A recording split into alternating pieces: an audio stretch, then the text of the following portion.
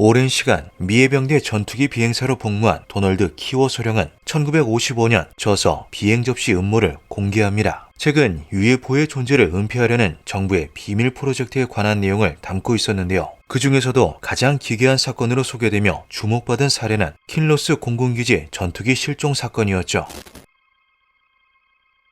1953년 11월 23일 먹구름이 짙게 낀 눈 내리는 밤, 미국 항공우주방위 사령부의 레이더망에 정체를 알 수 없는 비행체의 신호가 포착됩니다. 미확인 비행 물체는 시속 500마일의 속도로 미시간주의 슈페리어호 상공을 지나고 있었죠. 그 비행체는 매우 밝고 체리처럼 붉은색으로 빛나고 있었습니다. 엄청나게 빠른 속도로 움직였는데 저희 같은 민간 항공기는 아니었어요. 공군은 비행체의 생김새와 속도를 근거로 당시 미국과 적대하던 소련의 전투기일 수도 있다는 판단을 내립니다. 이에 근처에 주둔하던 킬로스 기지에서는 비행체를 쫓기 위해 F-89C 스콜피언 전투기 2대를 긴급 출동시키는데요. 그런데 두 기체 중 한 대가 출동 도중 기계 결함을 보여 다시 기지로 귀환하고 말았죠. 홀로 남은 전투기에는 811시간의 비행 기록을 가진 베테랑 조종사 펠릭스 몽클라 중위와 보조역의 로버트 윌슨 중위가 탑승해 있었습니다. 킬로스 기지는 두 사람에게 안전상의 이유로 다른 전투기가 출격할 때까지 기다리거나 귀환하라고 권유했는데요. 그러나 사명감이 투철했던 몽클라 중위는 비행체를 놓칠 것을 우려해 홀로 추적을 이어갔죠. 미확인 비행체는 계속해서 속도를 바꿔가며 다양한 방향으로 고개 비행을 일삼는 등 예측하기 힘든 움직임을 보였습니다. 추격은 30분이 넘게 이어졌고 그 사이 비행체를 뒤쫓던 전투기의 고도는 25,000피트에서 7,000피트까지 낮아졌는데요. 마침내 전투기는 미시간주 북쪽의 키위노 포인트로부터 약 110km 떨어진 상공에서 비행체를 따라잡게 되죠. 당시의 상황은 공군의 공식 사건 보고서에도 자세히 기록되어 있습니다. 53년 11월 23일 전투기는 킬로스 공군기지에서 북서쪽으로 약 160마일 거리의 미확인 비행체를 요격하기 위해 방공 임무를 수행 중이었습니다. 23시 52분경에 요격을 통제하는 레이더 기지에서 마지막 무선 교신이 이루어졌습니다. 약 23시 55분에 미확인 항공기와 F-89의 위치 좌표가 레이더 범위에서 겹쳐졌고 얼마 지나지 않아 레이더 스코프에서 비아 식별장치 신호가 사라졌습니다. 그런데 전투기가 비행체에 가까워지자 교신에 노이즈가 일어났고 관제소와의 통신이 먹통이 되어버립니다. 짧은 침묵이 흐른 뒤 레이더를 살피던 킬로스 공군기지의 1등 지상통제관 더글라스 스튜어트 중위는 소스라치게 놀라고 마는데요. 제트기의 신호음과 함께 두 물체의 위치 좌표가 레이더상에서 한 지점으로 합쳐졌기 때문이죠. 무슨 일이 벌어졌는지는 알 수 없지만 한 가지 사실은 확실했습니다. 전투기가 알 수 없는 이유로 미확인 비행체와 결속된 것이었죠. 곧바로 전투기가 예상 경로를 벗어나자 스튜어트 중위는 서둘러 수색 및 구조 요청을 보냅니다. 하지만 그때는 이미 전투기의 비아 식별 장치 신호가 레이더에서 사라진 뒤였는데요. 이렇게 F-89C 스콜피온 전투기는 누군가 납치라도 한 것처럼 공중에서 증발해버리고 말았죠. 해당 전투기에는 비상 탈출 장치는 물론 구명조끼와 자동으로 부풀어 오르는 구명 보트까지 적재되어 있었습니다. 그러나 미국과 캐나다 양국과의 협력을 통한 광범위한 수색에도 전투기의 잔해나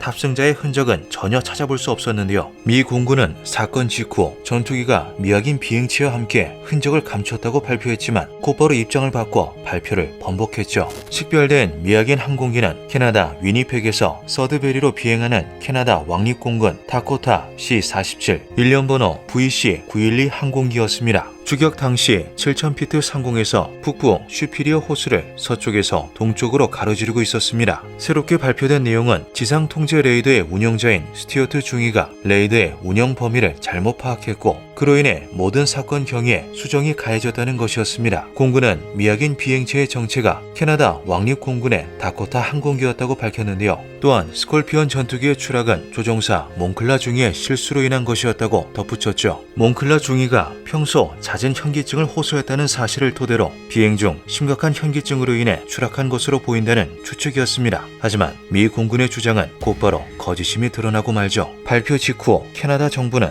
사건 당일 캐나다에서 슈피리어 호수 상공으로 출격한 전투기는 존재하지 않는다며 미 공군의 입장을 정면으로 반박했습니다. 캐나다는 함께 합동 수사까지 진행할 만큼 사건 규명에 적극 협조하던 중이었기에 이러한 두 국가 간의 불협화음은 더욱 의구심을 품게 만들었는데요. 또 다른 의문점 역시 존재했죠. 전투기가 추락했다고 주장하는 2km 상공은 약간의 눈송이만 내렸을 뿐 오히려 빙결된 구름으로 인해 기류가 안정된 상태였습니다. 이런 기상 상황에서는 조종사의 몸에 이상이 생길 경우 부조종사의 도움을 받아 어렵지 않게 호수 표면으로 긴급 착륙이 가능했죠. 무엇보다 미 공군은 실제 사실을 덮으려는 것처럼 자신들의 주장을 계속해서 번복하는 모습을 보이기도 했습니다. 훗날 도널드 키오 소령은 또 다른 책 우주에서 온 방문자를 통해 사건 이후 몽클라 중위의 미망인에게 찾아왔던 2명의 공군 대표에 대해 언급하는데요. 이들은 미군의 관습대로 몽클라 중위의 사망 소식을 전하며 가족들을 위로했죠. 하지만 몽클라 중위의 가족들은 군인들의 말을 믿을 수 없었습니다. 이들이 몽클라 중위의 사망 경위를 설명하면서 완전히 반대되는 정보를 전달했기 때문인데요. 한 명은 몽클라 중위가 너무 낮은 고도에서 비행하다 현기증으로 인해 호수에 추락했다고 얘기했지만, 다른 한 명은 전투기가 갑작스러운 고도 상승과 함께 고고도에서 폭발해 잔해를 찾을 수 없다고 설명했던 것이죠. 결국 수십 년이 지난 현재까지 킨로스에서 실종된 스콜피온 전투기와 몽클라 중위, 윌슨 중위의 흔적은 발견되지 않고 있습니다. 1967년 미국의 정보자유법의 제정과 함께 공개된 공군의 UFO 조사 프로젝트 블루북에는 킨로스 전투기 실종 사건에 대한 내용이 포함되어 있었는데요. 일부 내역이 삭제된 파일 속에는 그들은 추락을 했음에도 임무를 성공적으로 완수했다는 기록만이 남아 있었죠. 보고서는 비정상적인 대기 조건 하에 레이드에 이상이 생겼으며 깊은 물속으로 사라진 전투기의 잔해는 수색이 힘들다는 결론을 내리고 있었습니다. 킨로스 전투기 실종 사건은 미군의 수상한 사건 경위서와 함께 흔적도 없이 증발해버린 전투기로 인해 가장 기괴한 항공사고로 손꼽히기도 하는데요. 과연 그날 상공에서는 대체 무슨 일이 벌어졌던 걸까요? 몽클라 중위와 윌슨 중위는 무엇을 보았으며 그들은 어디로 사라져버린 걸까요? 미스터리는 아직 풀리지 않고 있습니다.